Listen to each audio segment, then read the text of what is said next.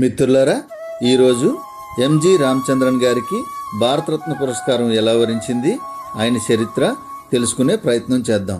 ముత్తువేల్ గోపాలన్ రామచంద్రన్ ఎంజీఆర్. ఆయన 17 జనవరి 1917లో శ్రీలంకలోని కాండీలో జన్మించారు. చిన్నప్పటి నుంచే కష్టాలు ఎదుర్కొని నటన వైపు ఆకర్షితులయ్యారు. ఎంజీఆర్ గారు తమిళ సినిమా పరిశ్రమలో అగ్రనటుడిగా నిలిచారు. 100కు పైగా సినిమాల్లో నటించారు. పేదల కోసం పోరాడే హీరో పాత్రల్లో ప్రజల్లో అపారమైన అభిమానాన్ని సంపాదించారు. ఆయన సినిమాలు సామాజిక సందేశాలతో ప్రసిద్ధి పొందాయి.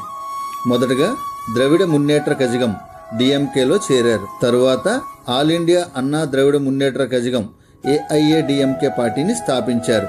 1977లో తమిళనాడు ముఖ్యమంత్రిగా ఎన్నికయ్యారు. వరుసగా 3 సార్లు ముఖ్యమంత్రిగా సేవలందించారు. ఎంజీఆర్ గారు ప్రజల కోసం అనేక పథకాలు ప్రవేశపెట్టారు.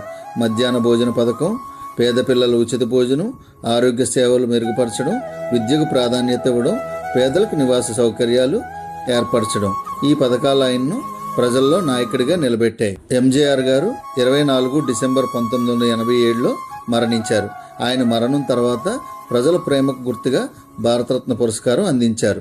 సినిమా హీరోగా మొదలై ప్రజల హృదయాలను గెలుచుకున్న రాజకీయ నాయకుడిగా ఎదిగారు. తమిళ చరిత్రలో అత్యంత ప్రజాదరణ పొందిన ముఖ్యమంత్రుల్లో ఆయన ఒకరు.